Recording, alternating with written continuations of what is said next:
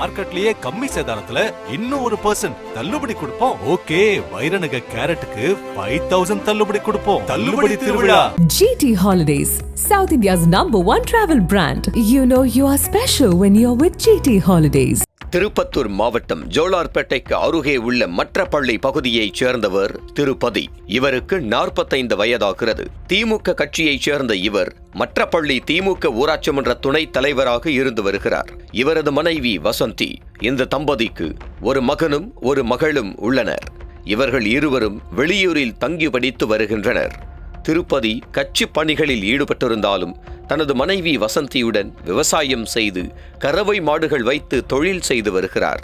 இந்த நிலையில் கடந்த 7ஆம் தேதி நள்ளிரவு நேரத்தில் திருப்பதி வீட்டுக்கு 2 மர்ம நபர்கள் வந்துள்ளனர். அவர்கள் வீட்டுக்கு வந்து சென்ற அடுத்த சில நேரங்களில் திருப்பதியும் அவரது மனைவி வசந்தியும் கொடூரமாக வெட்டப்பட்ட நிலையில் இரத்த வெள்ளத்தில் கிடந்தனர். இச்சம்பவத்தில் பலத்த காயமடைந்த வசந்தி அந்த இடத்திலேயே உயிரிழந்தார். அவரது கணவர் திருப்பதி வெட்டு காயங்களுடன் உயிருக்கு போராடி கொண்டிருந்தார். இதை பார்த்து நடுங்கி போன அக்கம் பக்கத்தினர் திருப்பத்தூர் தாலுகா காவல்துறையினருக்கு தகவல் தெரிவித்தனர். சம்பவ இடத்திற்கு வந்த போலீசார் உயிருக்கு போராடி கொண்டிருந்த திருப்பதியை மீட்டு திருப்பத்தூர் அரசு மருத்துவமனைக்கு சிகிச்சைக்காக அனுப்பி வைத்தனர். அங்கு அவரை ஐசியூவில் வைத்து சிகிச்சை அளித்து வரும் நிலையில் சடலமாக கிடந்த வசந்தியின் உடலை மீட்டு வேலூர் அடுக்கம்பாறை அரசு மருத்துவமனைக்கு அனுப்பி வைத்தனர். தொடர்ந்து இச்சம்பவம் குறித்து வழக்கு பதிவு செய்த போலீசார் இந்த கொடூர செயலை அரங்கேற்றியவர்களை தீவிரமாக தேடி வந்தனர். போலீசாரின் முதற்கட்ட விசாரணையில் உயிரிழந்த வசந்தியின் அக்காவான சாந்தியின் மகன்கள்தான் இந்த கொலை சம்பவத்தில் ஈடுபட்டது என கண்டுபிடிக்கப்பட்டது.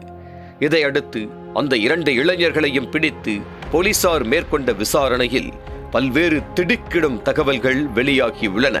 வசந்தியின் அக்காவான சாந்தி திருமணமாகி கணவர் 2 மகன்களோடு வாணியம்பாடியில் வாழ்ந்து வருகிறார். இந்த சூழலில் சாந்தியின் கணவர் பக்கவாதத்தால் பாதிக்கப்பட்டு படுத்த படுக்கையாக இருந்துள்ளார். வசந்தியின் குடும்பத்துக்கு சொந்தமான 5 ஏக்கர் பூர்வீக நிலம் உள்ளது.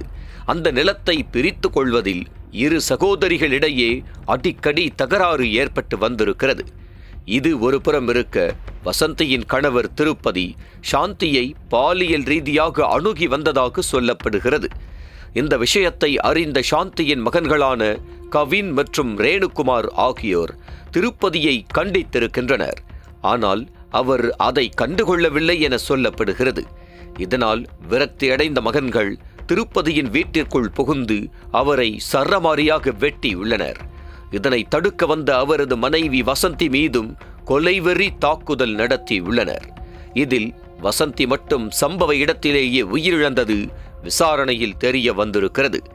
இதனை அடுத்து திருப்பத்தூர் கிராமிய போலீசார் மேற்கொண்ட விசாரணைக்கு பிறகு கவின் மற்றும் ரேணுகுமார் மீது கொலை வழக்கு பதிவு செய்து அவர்களை நீதிமன்றத்தில் ஆஜர்படுத்தி சிறையில் அடைத்தனர். அனல் பறக்கும் செய்திகளை அப்டேட் செய்து கொள்ள நக்கீரன் களத்தை இப்பவே சப்ஸ்கிரைப் பண்ணுங்க.